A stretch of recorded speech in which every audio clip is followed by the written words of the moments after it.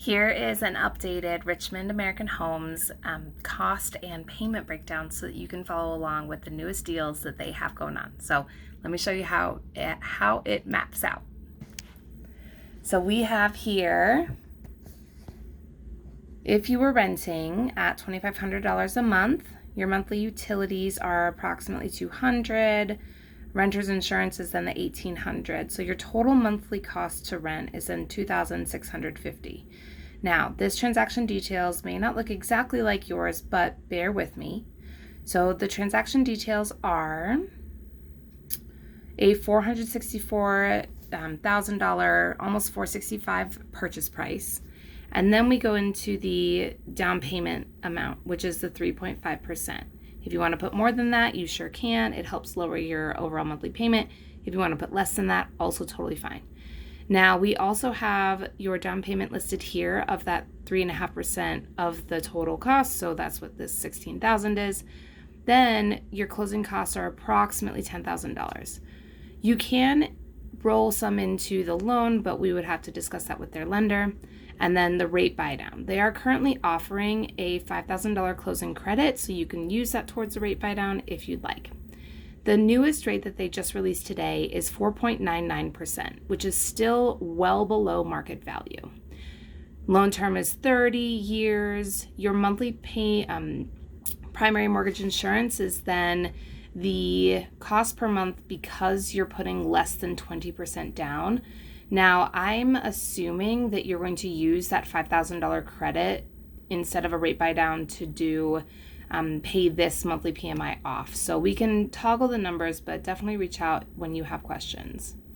So because this is a new community, they're going to have higher taxes, which is why I put $6,500 in here. The annual insurance, I'm assuming $2,000. Your total monthly payment is in that $3,114. So if that breaks the bank, this may not be a good fit for you. However, I love the fact that they've allowed for the lower interest rate right now and the buy down option or paying something off with that extra $5,000 flex fund. There are stipulations in that. So again, give me a call. We can run through everything with the Richmond builder. This payment does include the monthly HOA, and I've also tacked on a annual maintenance of 0.15%, so you have that in a new build. It's less than like a typical house. We are also assuming that the rent increases by 3.5%, and annual home appreciation is then 4.5%. So it hedges against inflation.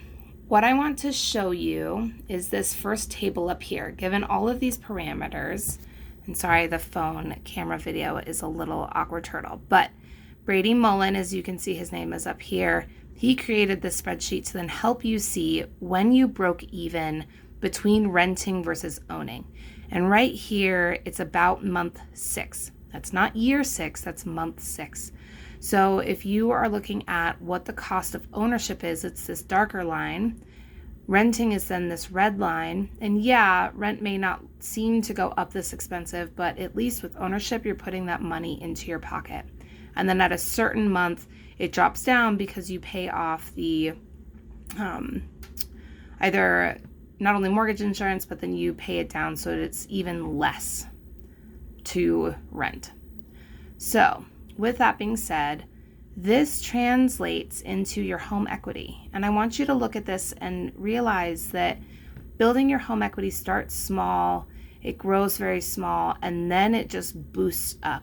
It's similar to how we as newer age millennials remember having like dial-up, hookup internet, and now we have high-speed Wi-Fi. So started slow, and then the compounding interest in the bell curve drastically improves your financial standing.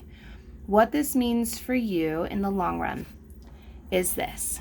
This top key metrics is the total approximation of your loan amount, the total needed to close, your monthly payment versus your monthly rent expense.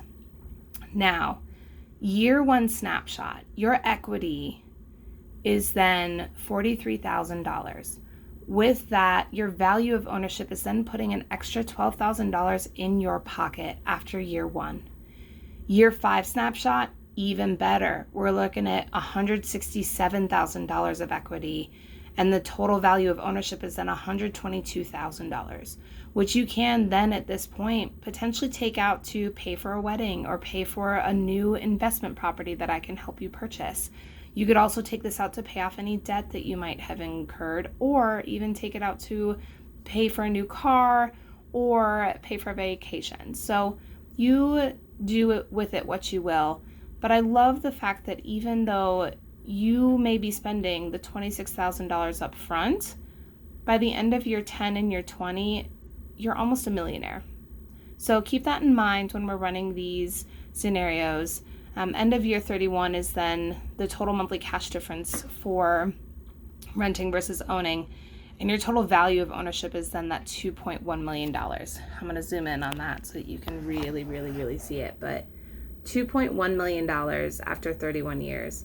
I wouldn't mind having $2.1 million in 31 years. Yeah, that seems like a long time, but the alternative is then you putting your money to something that doesn't actually pay you back. So give me a call, answer any questions, and hopefully this made a little bit of sense. If it doesn't, call me, message me, maybe not carrier pigeon me, but I will answer regardless.